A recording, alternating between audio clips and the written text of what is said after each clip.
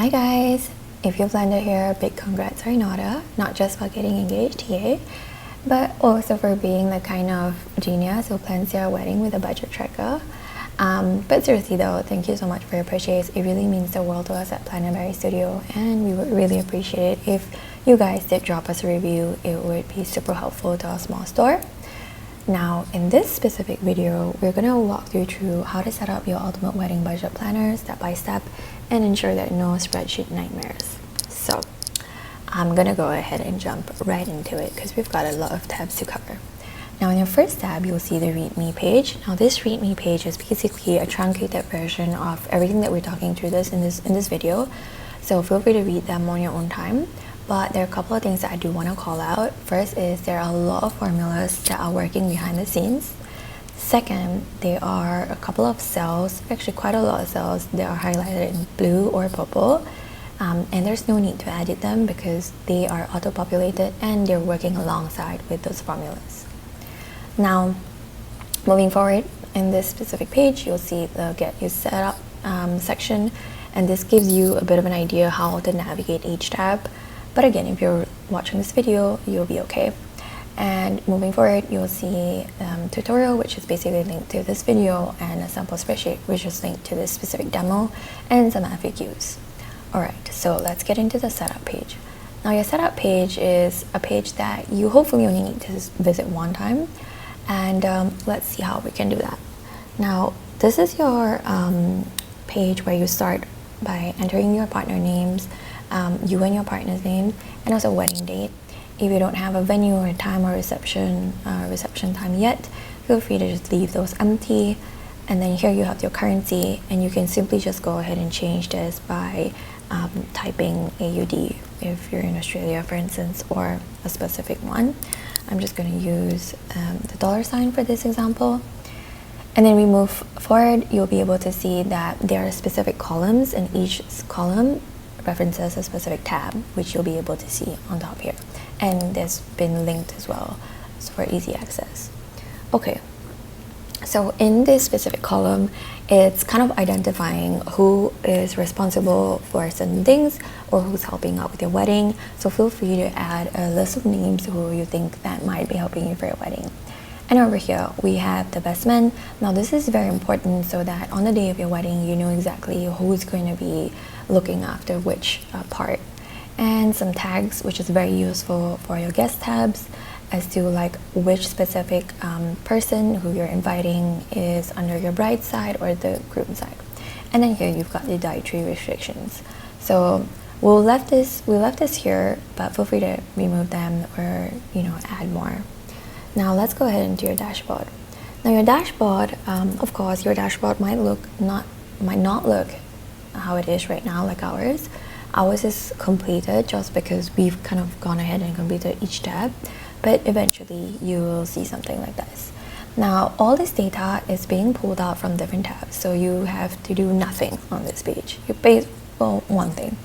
Now, for instance, on the left here, you see your wedding date and days until wedding. Now, this is because you've gone ahead and put in your date on the setup page, so feel free to do that first. Now, on the bottom here, you'll be able to see your to-dos. Now, this is grabbing information of how many items you have to do under your to-dos tab. And then you can see the breakdown of what's coming up first and when that's due. Now on the right side here, you'll see a little bit of some information of the total guests that you've invited, the confirmed guests, and also guests that you need to make sure they're seated, and wedding website if you do have like a specific wedding website that you are sharing to your specific invitees. Now on the right here, you'll see everything budget related, how much your total budget is, how much you've actually spent, how much you can budget for more, what you've paid for up until today's date, and where exactly that money is going. Now, one thing to call out here is you will see, an empty image on your side. This is where you kind of add in your image, and how you can do this is by clicking on insert image, insert an image in the cell or over the cell. I typically like using over the cell. You can go ahead and click in the cell as well. And what happens here is you just need to simply drag an image into your drive.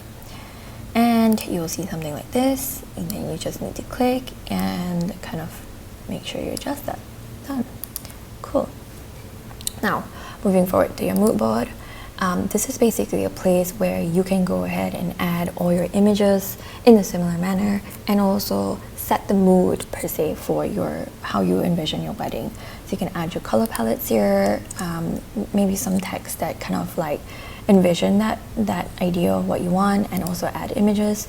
And again, it's the same concept. You click on insert and then image, and then insert image in the cell or over the cell. And on the bottom here, you have an option to add your Pinterest link board if you have that. Now moving forward to the to-dos section. Now your to-do section is basically a place where you kind of ensure you list down every single thing that you need to do leading up to your event date. Now we've kind of sectioned this out into 12 months, 6 to 12, 3 to 6, 1 to 3, 2 weeks, 1 week, and days before the wedding.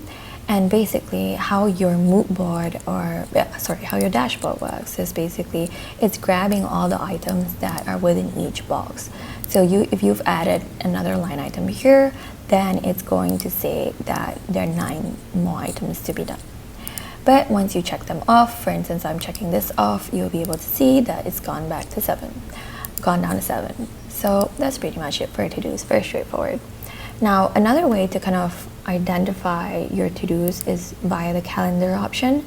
So this is basically a much easier way to view everything that is due under your to-dos in this view basically. So you can see what's due this month or like previous months, for example. You can even check those items off, and even change your start date if that's something, if you guys start your week on Sunday. And that's pretty much it. Now we go into the venue options. Your venue options is very simple. It's basically just to give you a ground to compare different venues, and you can use it any way you like to.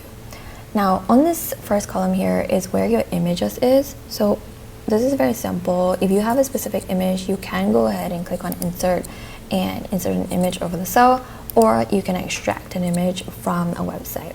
And how you do that is if you're in your browser, you simply just need to go wedding venues and type in this, and then for instance go to images and click on maybe this one, click on visit, and then open the image on a new tab. And once you have done that, you'll see that this image has its own link on the browser. So you just copy that link, and you simply just need to go here, for instance.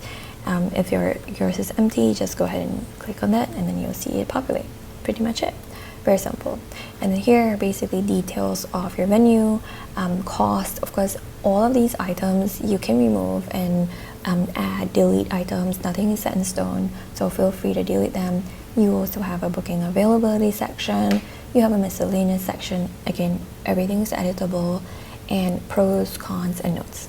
And that's pretty much it for your venues. Very simple. Now we move on to your budget.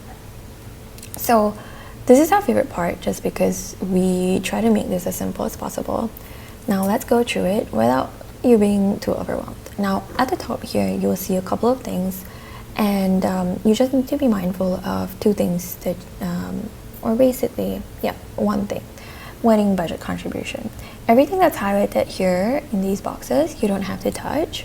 The only thing that you do need to touch to kind of start powering this page is the wedding contribution. Now this is a section to kind of add in all the amount that is saved up for your wedding, or if someone is contributing something. So for example, if your sister is giving you money, contributing to your wedding, you can add that, and let's say she's giving you $10,000. Now that is going to start populating your total budget.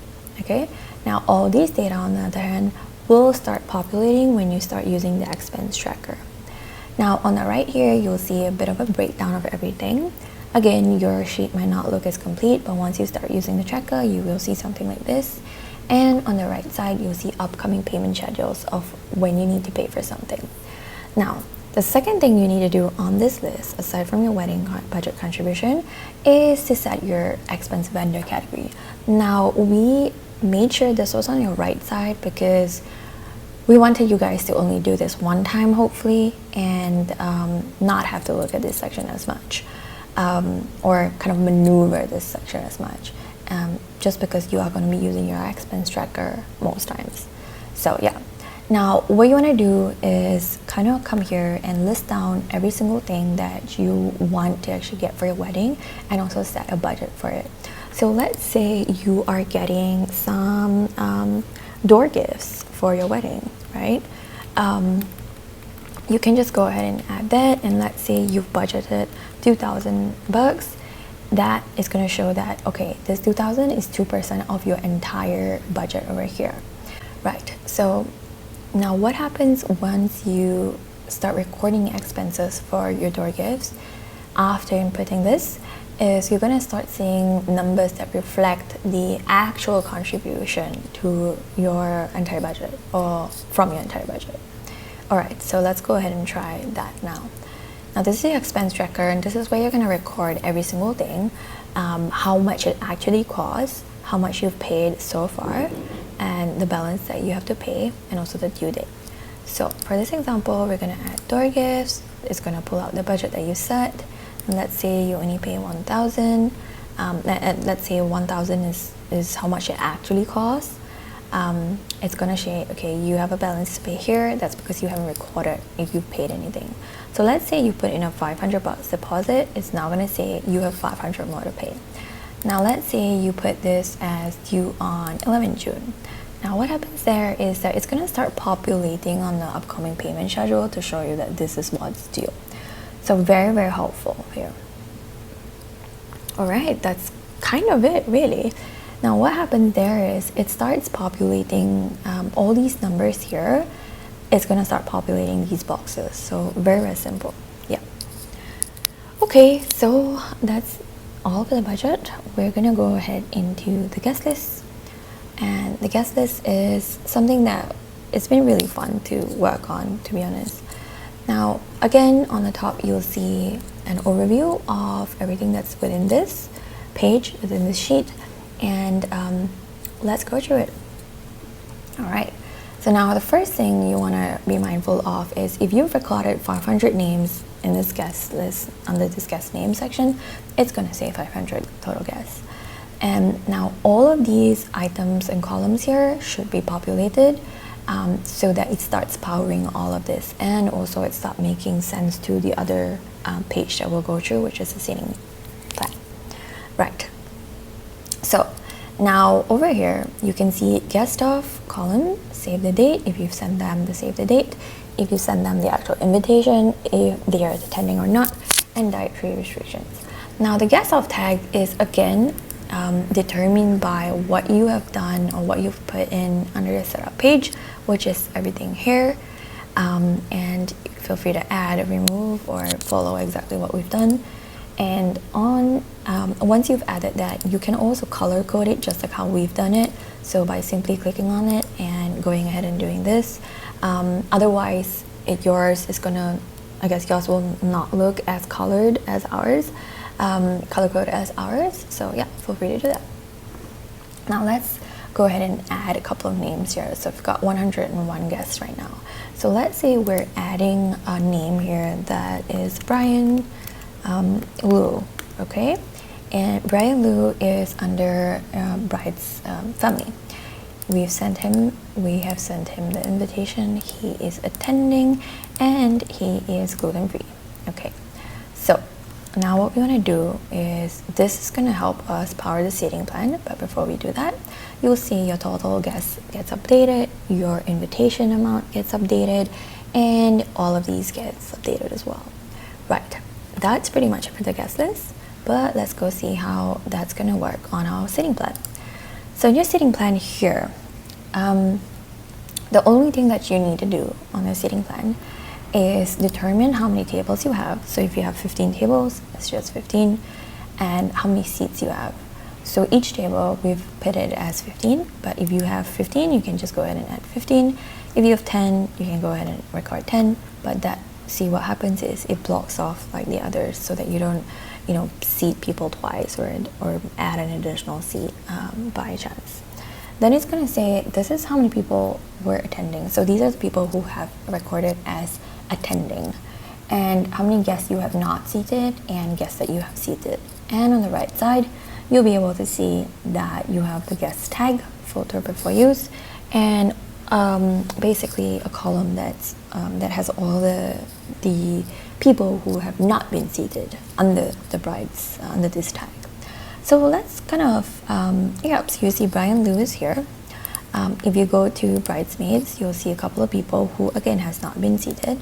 But for this example, we'll go to bride's family. You see Brian Liu. Let's seat Brian Liu here, and you'll see that his allergies are also recorded. Now this is super useful because if you need to send this to your caterer, everything is recorded on this page, and it's updated as you go ahead and update it. Yeah, pretty much it. And you'll see that his name is no longer appearing here, which means that you have seated him. And this starts to get updated, which is 12, and this starts to decrease. So there you go. All right, that's pretty much it for the seating plan. Now let's go into your wedding itinerary. So your wedding itinerary is pretty straightforward. It's basically everything that's happening on your wedding day.